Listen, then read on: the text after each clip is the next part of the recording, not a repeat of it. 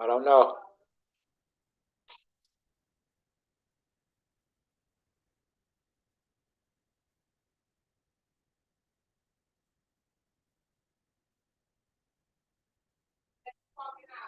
All right.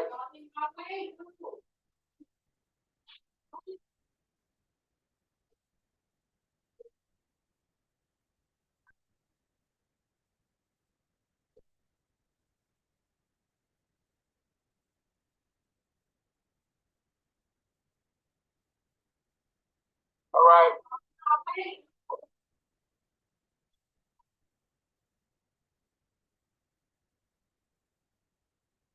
Right. Getting stuff set up. Look like we hit TP on every trade yesterday, except for one of them. All right.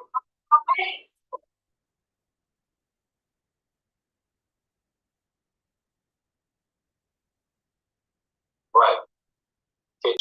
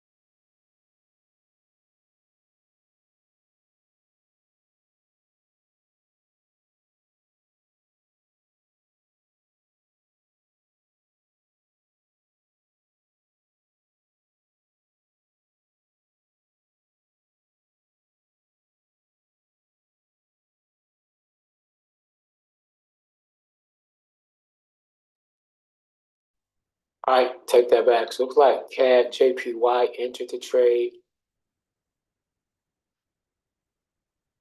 and did not hit TP. Euro USD hit TP. So we hit one, two, three, four TPs yesterday. Our Euro USD was a Facebook trade that did not hit TP yet.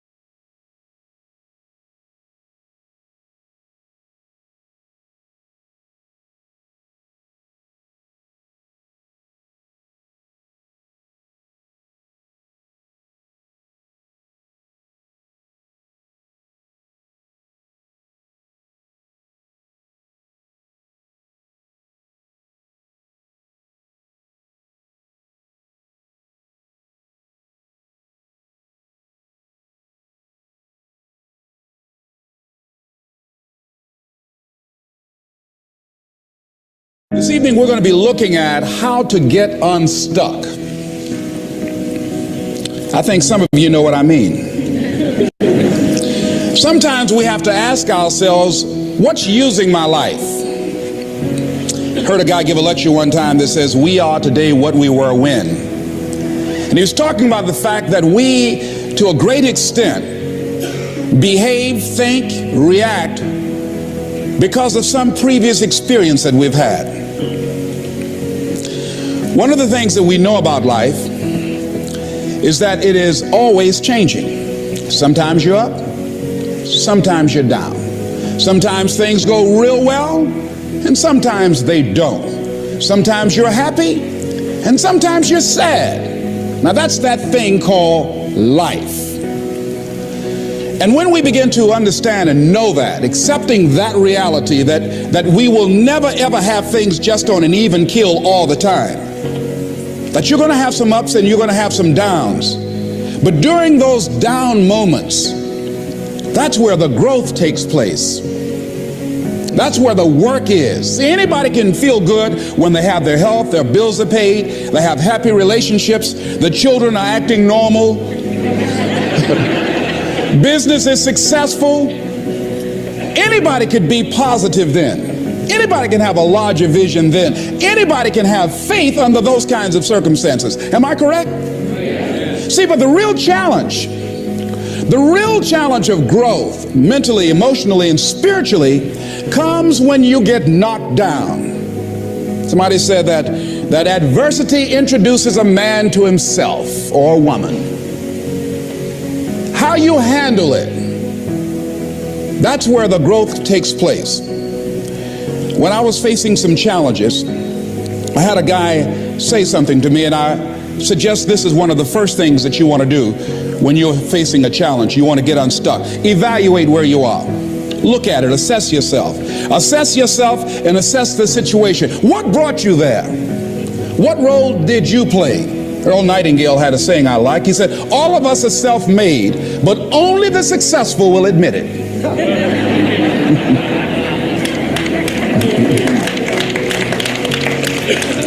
What has brought you to this point? What did you learn from it? Are you learning anything, or are you doing it over and over and over again? Somebody said that insanity is doing the same thing in the same way, expecting a different outcome. Are you going through it, or are you growing through it? Are you bigger and better because of it? Because it's not going to leave you until you grow through it. I was going through a major challenge in my life that was wearing me out, that was using me. And one of my students told me in a class that I was teaching, Lessons in Truth, she said, Les, until you handle it with grace, it will stay in your face. And it stayed there a long time. The challenges of life. How do we get stuck? A friend of mine went through a divorce. My best friend. He had a wife that did not love him as much as he loved her. It was his first real true love. He was a very religious man. Did not believe in divorce. He made a mistake. And he paid for his mistake with a lot of pain, a lot of tears. And there came to a point where he knew he should have gotten a divorce. But he was stuck. He was stuck in something called revenge. He said, she's made me so miserable, I'm going to pay her back. He was stuck. And he stayed in there longer than he should have because it began to attack him. It began to affect him psychologically. And as a result of that, when he eventually did get a divorce, he took that same attitude to other relationships, looking for something to go wrong. He was burned so badly, he did not want to risk pain again. He was going in relationships trying to avoid pain. When it became too close, he would do something to make sure the relationship did not work. He would always try and find something wrong with the person, because there are no perfect people. So if you look for it, you can find it. He was stuck in revenge. Another friend of mine working on a job, loved the company very much, expected to retire there. And one day they call him in the office, asked him for his badge and identification, called the security man up, walked into his desk, told him he was fired and he had to leave then. He was devastated. And if you came anywhere near him, he will tell you his story, as we all have stories. Even when he got a job, he went on the job telling anybody who would listen how they fired him unjustly. And he always ended with, "It wasn't fair." Life isn't fair. Life just is. It's not fair that birds eat worms, and they do. So we can't even deal with what's fair. But he's stuck in the fact that it's not fair. I don't deserve that. They were wrong. I used to be a state legislator in Columbus, Ohio. During the break, we used to go out on the front lawn of the Ohio legislature, at the Capitol there, and observe people as they came by. There was one particular person that all of us knew. The children, adults, everybody used to pick at him when he came by. We called him Chicken Man. He had a feather in his hat. He had a toy chicken on top of his car that he would drive around the area in downtown, blinking his lights and occasionally blowing his horn. When he got out of his car, he would walk downtown with a baby carriage with two little baby dolls in there and a picture of a woman. And when you say something to him or came near him, you would hear him making the sounds of a chicken. All of us used to laugh at Chicken Man. We didn't know Chicken Man's story. Chicken Man woke up one morning around 3 a.m. and his house was on fire.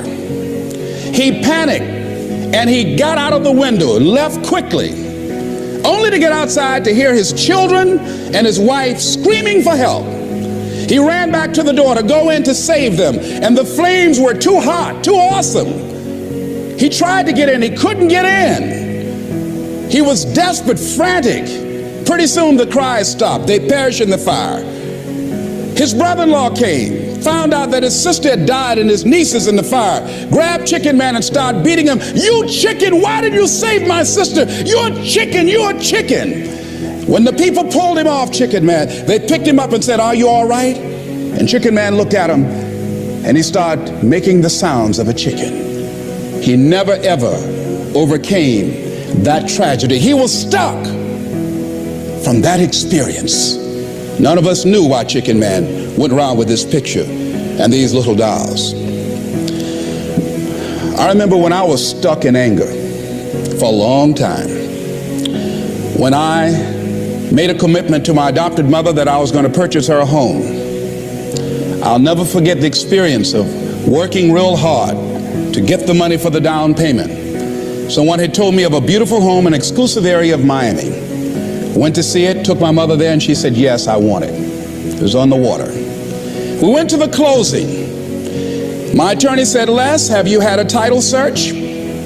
I said, "What's a title search?" "Well, we just take a couple of days to check it out and make sure there are no liens against the property that you might have to pay if you buy this home."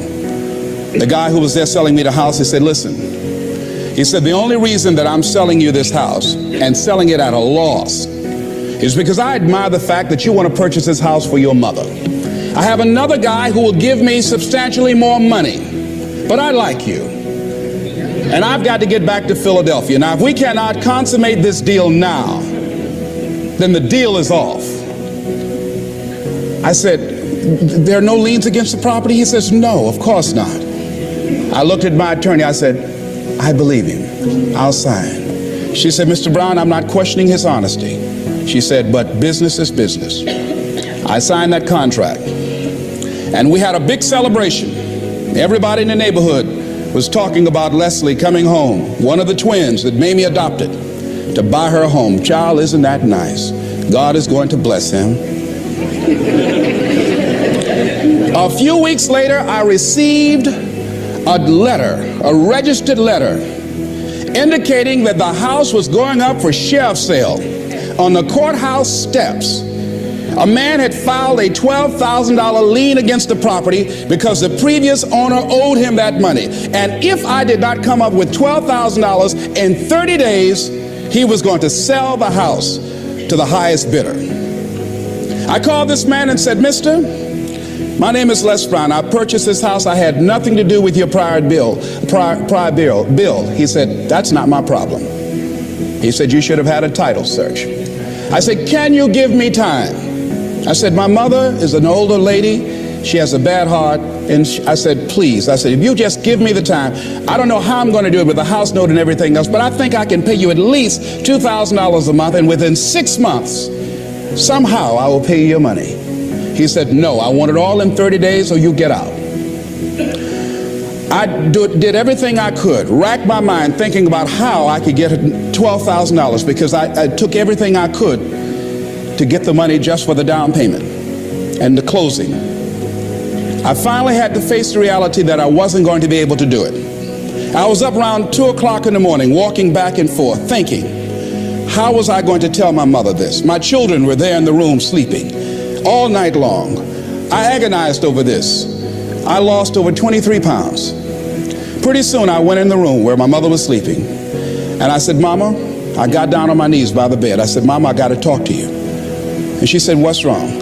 I said, "Mama," I said, "we got to get out the house." I said, "In my haste to buy the house, I made a mistake." She said, "That's all right, baby. I didn't like this house anyhow."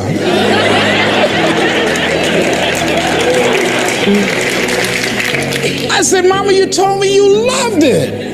I brought our friends out here to see it." She said, "You know I have arthritis in my knees, and I don't like going up the steps, but I knew it made you happy. You loved it so much."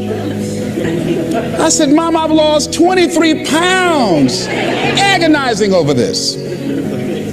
Well, we had to pack up and go back to the old house down the street from Northwestern High School in Liberty City. All those neighbors who came out and saw us leave. Want to know the secret to organizing your business? HoneyBook. HoneyBook.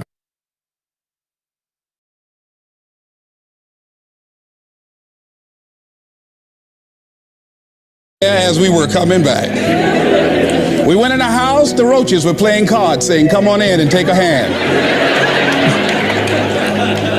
I was wiped out. I was embarrassed and humiliated. Words cannot encompass the symbolism of what I felt.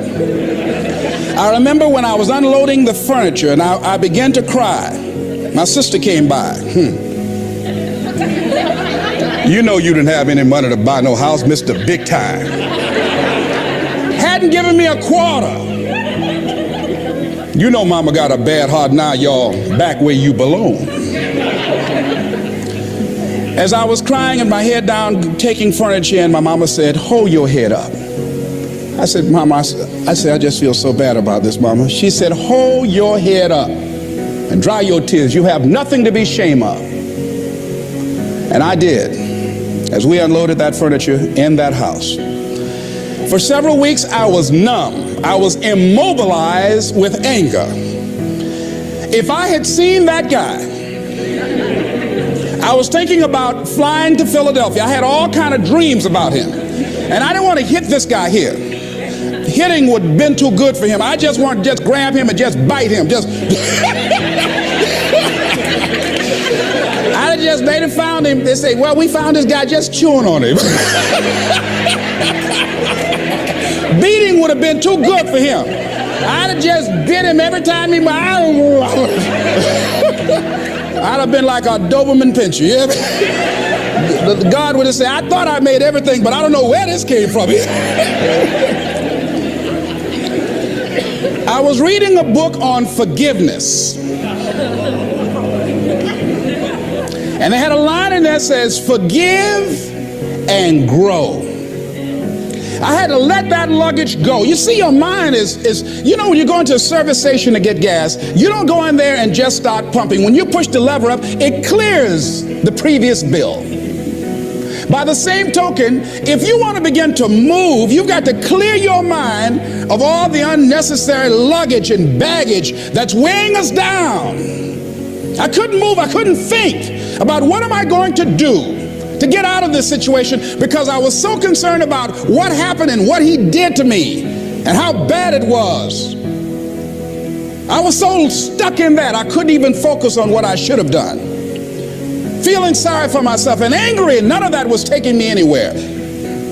So pretty soon I learned through effort, made a conscious, deliberate, determined effort. I had to let it go. I had to forgive it. Let it go and begin to focus on developing myself. And I say to you, you're going to have people to do things to you. Things are going to happen to you. And the most important thing to do is to harness your will and let it go and move so you can grow, so you can get on with your life.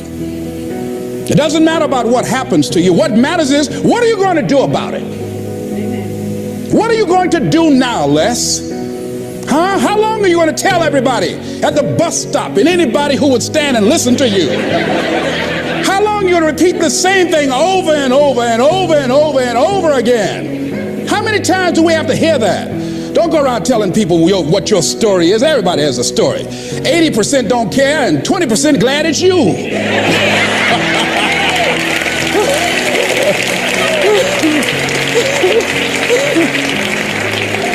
They say, I'm glad that didn't happen to me. Sometimes you think you got some problem. You hear somebody else's problem, and if their problem is real bad, it make you feel good. Am I right? All right. So I had to let that go. All of us got stories to tell. Chicken Man allowed his tragedy to destroy his life. All of us have experienced some tragedy, and if we haven't, we will. And you can either let it destroy your life, or you can build upon it. You can permit it to let it hold you down, or you can decide, I'm not going to let that happen to me. I'm bigger than this. Make a declaration to yourself. Declare all out war that you're going to get out of this rut. I don't care how good you are. I don't care how talented you are. I don't care how much you work on yourself. There are some times when things aren't going to go right. They just are not going to go right. There are times when anything that can happen will happen. Murphy's Law will be knocking at your door. Why? I don't know why. That's called life. And you have to deal with it. Sometimes your life will be in a slump, just like sports. Some of the best shooters can't hit baskets different times in games. They get in a slump. Do they sit on the sideline and say, I just didn't hit a basket today? No, they continue to execute. I suggest to you that if you are facing a challenge, don't stop. Stay busy. Work your plan. Continue to do those things that you know that work for you after you have evaluated yourself in the situation. Continue to move. Stay busy, stay busy, stay busy. Repeat out to me. Help somebody. And help yourself, because what you give is what you get. Find somebody that you can help so you can forget about you for a moment. See, sometimes the best thing to do is to be. Sometimes you have to just back up and go within yourself. A bow and arrow, you can't take a bow and just push it out an arrow. You just can't push the arrow out. You have to pull it back and then release it. Sometimes you have to back up and go within and pray and meditate and recharge your batteries. Go away, clear your head, and then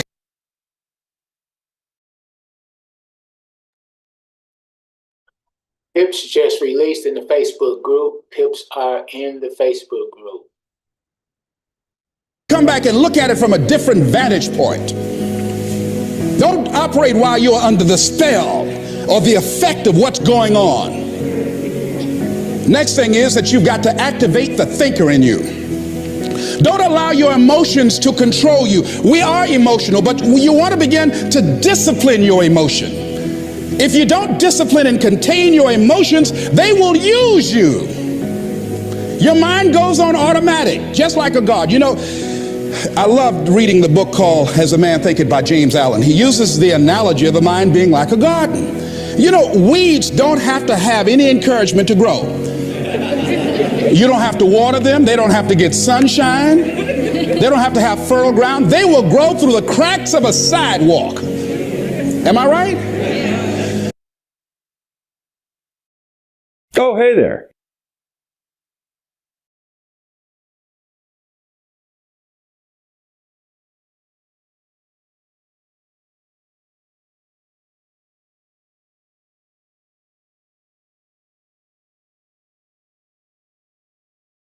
But if you want to grow orchids or roses or any kind of exotic flowers, there are special processes and procedures you must go through. Well, by the same token, you don't have to force yourself or motivate yourself to think negatively, to be depressed, to hate somebody, to want revenge, to want to get back at somebody, to beat yourself up over the head, to feel loaded with guilt. You don't have to make any effort to do that. Your mind is on automatic. It will do that by itself. But if you want to begin to move into your own personal greatness, if you want to begin to really enjoy a happy, successful, healthy life, you've got to be willing to go against the tide. You've got to be willing to harness your will and say, in spite of this, I'm in control here. I'm not going to let this get me down. I'm not going to let this destroy me. I'm coming back, and I'll be stronger and better because of it. You have got to make a declaration that this is what you stand for. You're standing up for your dreams. You're standing up for peace of mind. You're standing up for health. You want it, and you're going to go all out to have it. It's not going to be easy. When you want to change, it's not easy. If it were in fact easy, everybody would do it. But if you're serious, you'll go all out. So yes, I'm going to turn this situation around. I'm not going to sit back and moan and cry over what happened and what went wrong and who did what. I'm going to do something about this situation. The next thing that is important is that expect things to get better for you, because they are. See, life is cyclic. You're not, whatever experience you're having right now, it has not come to stay. It has come to pass. Not to stay, just to pass. It's just going through.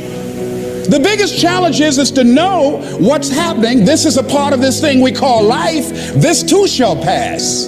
And maintaining perspective, putting it in perspective. I was doing a training at a college, and it was a 2-day training during orientation. And in the training that I provide, I'm a motivational speaker, but I conduct processes in personal dynamics, where people begin to go through changes that stimulate the right and left hemisphere of the brain, enable them to see themselves differently. I conducted this particular simulation with these young kids, 17 and 18 years of age, so that they would begin to see how they make decisions and how they would survive in this particular simulation process we gave them. We had them to do it individually and then collectively. Over 30% of them wrote down as their first option, in order to survive, they would commit suicide. First thing they wrote down. Suicide among young people has increased 300%. Over 5,000 will successfully take their lives this year. Why? Why did they do that? I said, I was so shocked. I said, what do you mean? Well, at least we would not suffer. And then they had the nerve to write down all of the other things they were going to do after they committed suicide. I said, listen, Kadumbo. Now, when you come up with a permanent solution for a temporary problem, that's it. Game's over. That's it. You're not going to do anything. Anybody wrote suicide at the top, you can put your pencil down.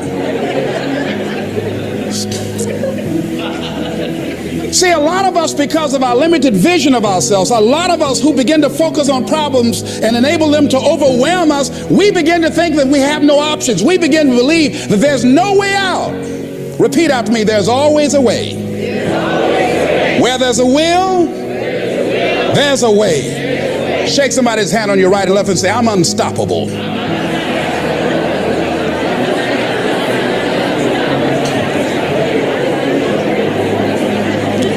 You've got to make those kind of declarations to yourself. I'm unstoppable. This will not get me down. And if I get knocked down, I'm going to be like Leo Pascal. You said you're going to have some low moments in life, but when you do, you will have high lows when you work on yourself. What are some of those things that you can do during this period of time? Go for walks. Do some things for you. Just go for a stroll so you can engage in some reflective thinking on life, on yourself, looking and enjoying the universe, smelling the roses along the way. Listen to upbeat music, music that inspires you. I have oldie but goodies. I have strategies that I engage in to recharge my batteries. I'm preparing for that because I know things are going to happen that I cannot anticipate. A very good friend of mine died the other day. I had a program for myself. I have books that I read that inspire me, tapes that I listen to that fire me up. Because you're going to have sometimes low moments when you won't want to get out of bed. You just want to stay there. At times you won't want to come out the house. At times you'll be feeling bad and don't know why. What's wrong? I don't know. Just leave me alone. Why did that happen? I don't know. It's called life.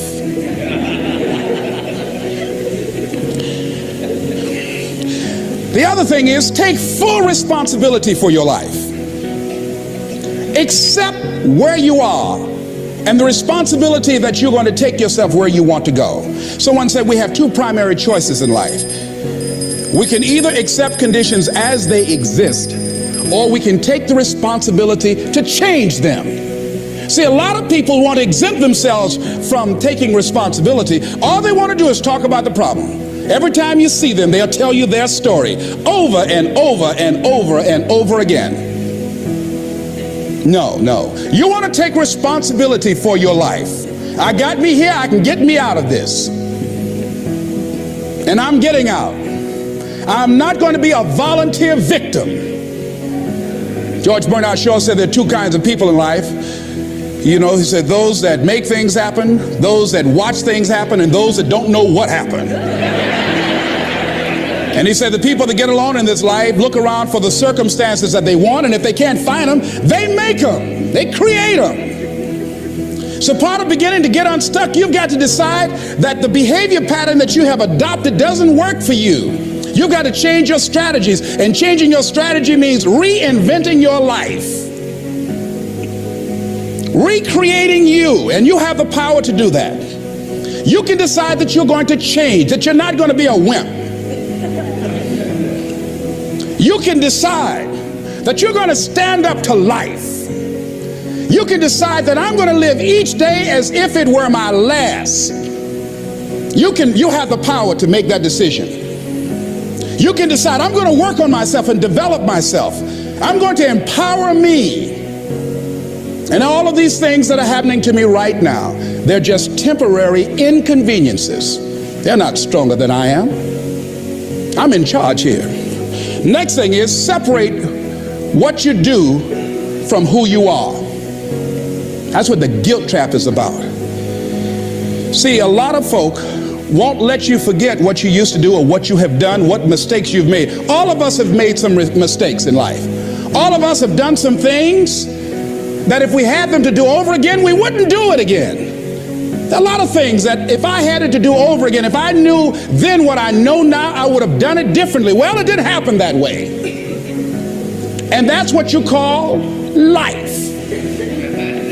I didn't do it like that. Oh, you don't want me to live that down, huh? You want to keep on putting that in my face about what I did. Guess what? I'm not interested. Why don't you own commercial real estate?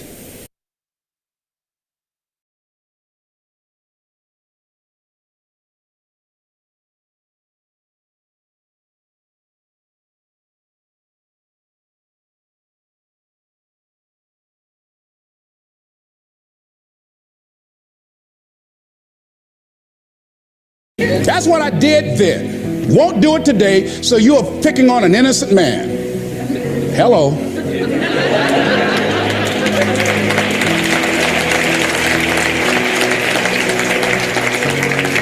So as you're in the process of reinventing your life, write a description of the kind of person that you want to be. What are the things that you must overcome?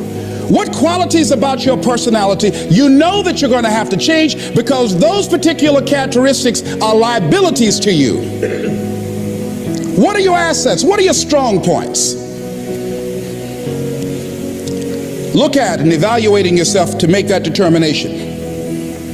Other thing is that in order to get out of a rut, we need some coaching. Find some trusted critics. People that you know care about you and love you. So there's some things that keeps us from growing and getting out of ruts. Number one, we identify with feedback. We take it personal when someone wants to give us some feedback on where we are falling short and tell us about our blind spots. We want to have everything being positive about us. We're not perfect. It hurts. I have a friend who's a trusted critic. I don't like him, but I love him. He doesn't tell me the things I want to hear. He tells me what I need to hear so I can grow. It hurts. It hurts when he put me on the hot seat. I can't stand it. But that's the only way that I can grow.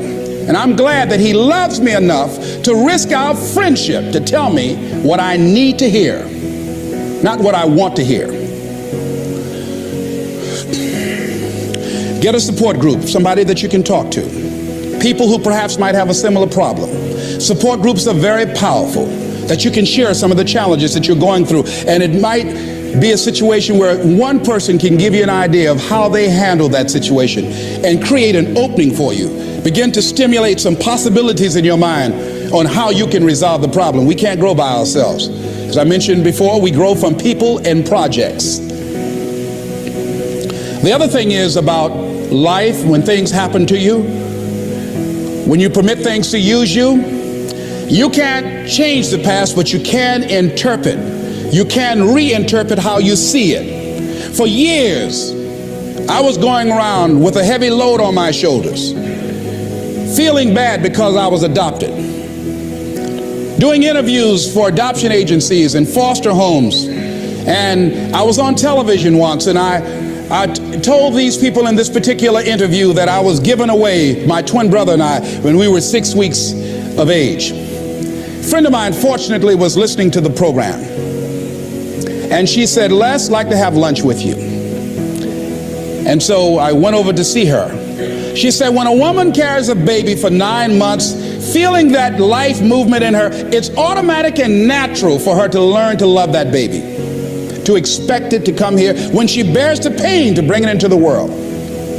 Your mother, Mamie Brown, when she came in to adopt you guys, she didn't go through that process. She looked at whoever your biological mother was and said, I'll take her. You weren't given away less. You were chosen with love.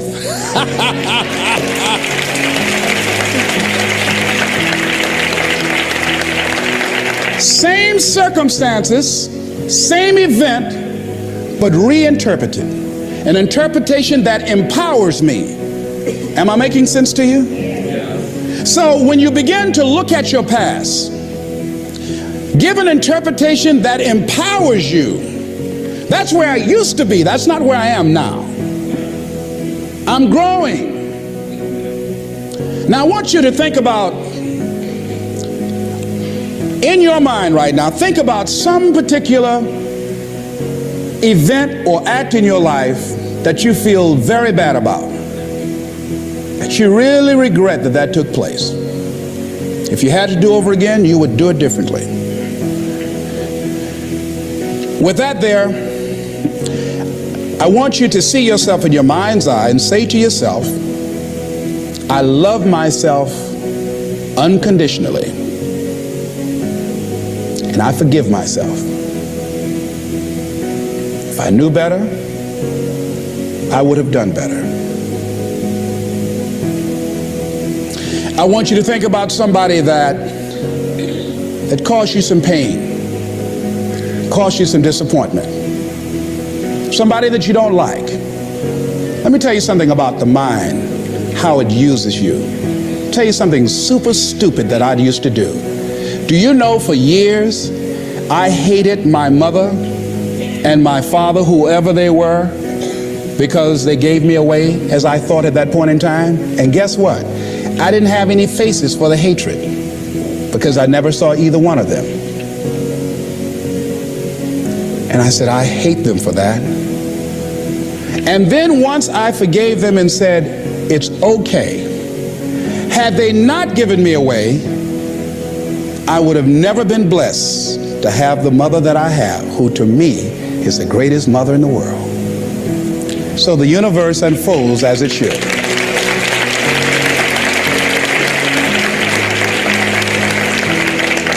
But when I went through this process, saying forgive them, I remember in my mind as I was trying to picture these people, I had two individuals in my mind standing there with no faces because I didn't know how they look. But I released that. I let that luggage go. Think about somebody that you've hurt, somebody that you've disappointed, either deliberately or inadvertently,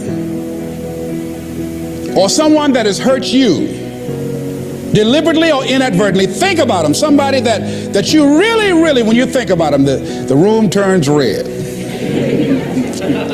Look at them in your mind's eye and say, I forgive you. I forgive you unconditionally. Whew, boy, that's a heavy load to let off. When I thought about that guy, I said, wait a minute, I can't, no, you don't know what this guy did. This was my mama. You don't know what we went through. My student said, Les, forgive, let it go. If you want to be forgiven, you better forgive somebody. None of us are perfect. All of us have made some mistakes. And it wasn't easy. It's not easy forgiving, am I right? It's hard. See, everybody won't forgive. They say, I forgive, but I don't forget now.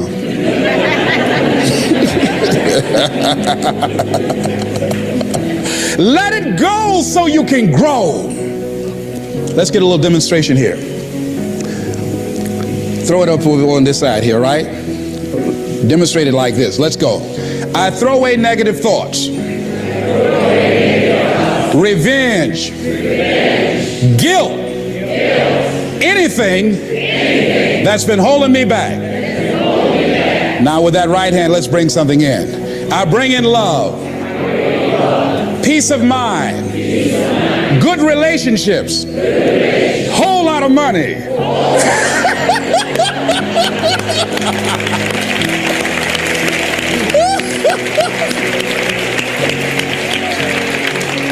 I don't know why people raise their voices when we say a whole lot of money. I mean, they get serious too, you know what I mean? And usually people don't use one hand, they use two hands. And try to borrow somebody else's hand, you know?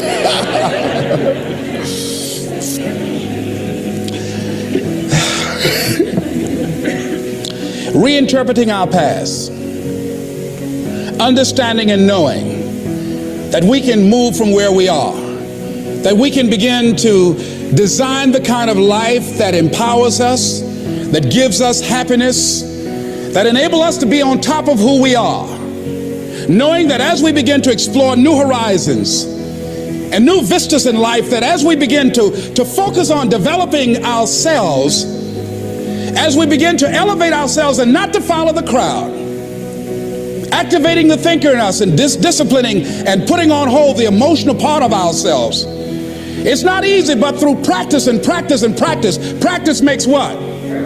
Absolutely not. Dismantle that belief system. Practice makes improvement. You can always better your best. You can always go beyond anything that you have ever done. You'll never hit a state of perfection. You're always bigger than what you do. And so all you're looking for are new breakthroughs through practice and practice and practice. You'll get better and better and better. And there's still some things that will happen to you that will catch you on the blind side that you did not anticipate. You'll get knocked down, but you won't be knocked out. You'll be able to get to your feet again, be on the ropes, but you'll have a fast recovery rate when you work on yourself. Read inspirational books, of course. Listen to tapes that begin to inspire you, and stay around people who will empower you. People that will help you feel good about who you are as you're in the process of transforming your life. Life is so beautiful. Today, someone gave me something on life called What is Life? I like to share it with you.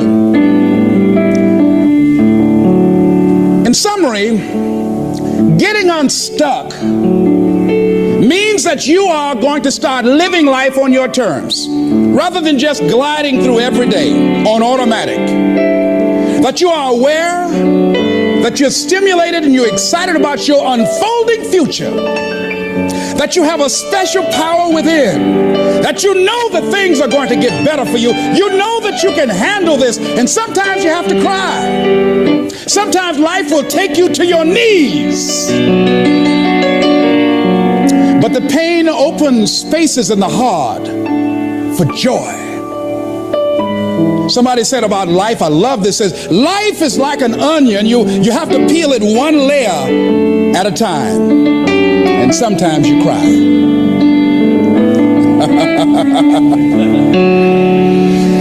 This author said about life, life is a challenge. Meet it. Life is a gift. Accept it. Life is an adventure. Dare it. Life is a sorrow. Overcome it. Life is a tragedy. Face it. Life is a duty. Perform it. Life is a game. Play it. Life is a mystery. Unfold it. Life is a song. Sing it. Life is an opportunity. Take it. Life is a journey. Complete it. Life is a promise. Fulfill it. Life is a beauty.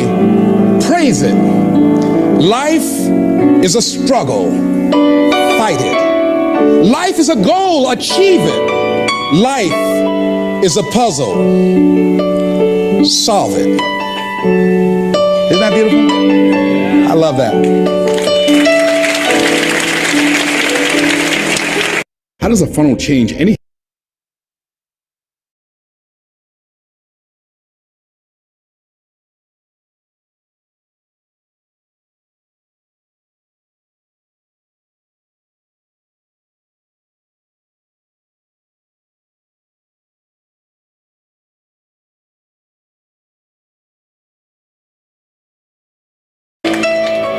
Remember something I heard in high school. It's called, I met a man today. At first I said he's Irish, for he has an Irish way. A sympathy and friendliness that warms you through and through. And then I thought, oh no, he's not. He really is a Jew. His eyes so dark and eloquent, like eyes of pearl, like those of Peter maybe, or perhaps Emmanuel. He stood there with a quiet grace, so slim he was and tall. I knew he was an Englishman and not a Jew at all. And yet his skin was very fair, a Viking he could be, such as those who cast their ships against the sea. His hair was dark with the mist of India, Japan. His courtesy was China's own, his dignity Iran. I met a man today and he was marvelously fair. He really was a child of God, and he came from everywhere. This is Mrs. Mamie Brown's baby boy saying it's been a plum pleasing pleasure. I want to talk about that.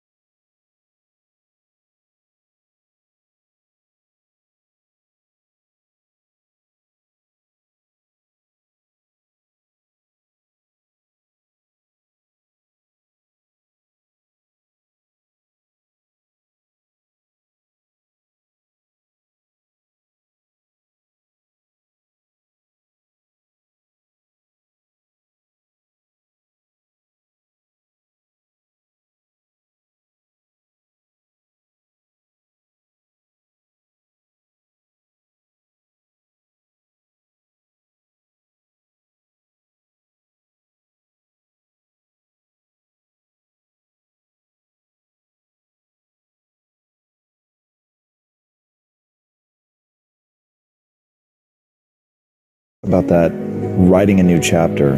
So you've talked about the little voice that people have, the need to create quiet space to hear that. Combine that with the notion of the culture sort of chipping away at people, and whether it's based on race and oppression, or whether it's just the school system teaching you to be a good cog in the machine, or whatever other things people have to fight against. How can people that are listening to this now, especially if they're an adult that's got all those labels put on them, that's had their creativity squished, what process do they do to hear the voice? What sort of communion can they do to create that imagination that's going to allow them to get out of that and move towards something new? That's the reason why you designed this program, you and your team, for them to do that they have to expose themselves to something that will give them a different vision of themselves. And in addition to that, they have to put themselves in a community of what I call OQP, only quality people. A gentleman who dramatically transformed my life, I was a junior at Booker T. Washington High School in Miami, Florida, and I went in his class looking for another friend, and he said, go to the board and work this problem out for me. I said, sir, I can't do that. He said, why not? I said, I'm not one of your students. He said, do it anyhow. And the other kids started laughing, saying, he's Leslie, he's DT. And he said, what's DT?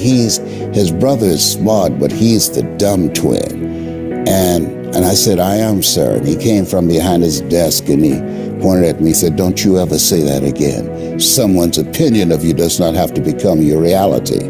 And he taught me three things. He said, if you want to become successful in life, young man, he said, number one, you got to change your mindset. He said, you don't get in life what you want, you get in life what you are. Number two, practice OQP, only quality people. You earn within $2,000 to $3,000 of your closest friends. I found that out. I left all my broke friends. I said, y'all got to go. Because I used to be so broke, I'd pass a bank and trip the alarm, you know? And the third thing he said, develop your communication skills, because once you open your mouth, you tell the world who you are. He said, those are three major things that you want to work on that will liberate you from living in Liberty City, living in poverty in Overtown. It will help to escape out of where you are right now, because I see you watching me and I know you want more. I can see the hunger in your eyes. That's why my book is about to come out called You Gotta Be Hungry. I love that notion. I love that title. So how do people get hungry? You get hungry by finding something that's you. I believe that all of us are born unique, but most of us die copies. You got to find out what is it that turns you on, what resonates with you. One of the things that I realized and what allowed me to become successful as a speaker, the speaking industry, it's been hijacked by people who speak to sell, and it's okay to do that and make money. I speak to change lives because somebody spoke and changed my life. So this is my passion. This is my drive. This is something that I feel in my heart. And so the key to that hunger-driven life is a heart-centered life. I didn't do what I'm doing for years because of my programming, because of the culture in which I was raised in. I would see other people with degrees and PhDs and MBAs and credentials I don't have, and I convinced myself I couldn't do it. But Mr. Washington, on that day, we became friends, and he taught me not only someone's opinion of you does not have to determine your reality. He said that you have to work on yourself and you have to have an I'm Millie, a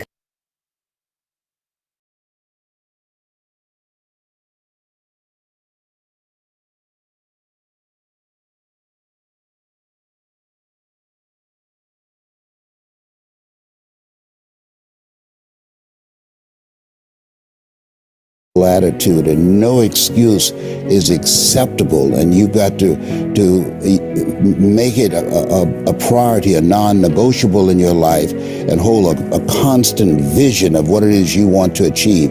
See it accomplished and go all out. Find a way to win in spite of the setbacks, in spite of the disappointments, in spite of your failures. I tell people when I'm giving presentations, you will fail your way to success. I have a saying, is life knocks you down, try and land on your back, because if you can look up, you can get up.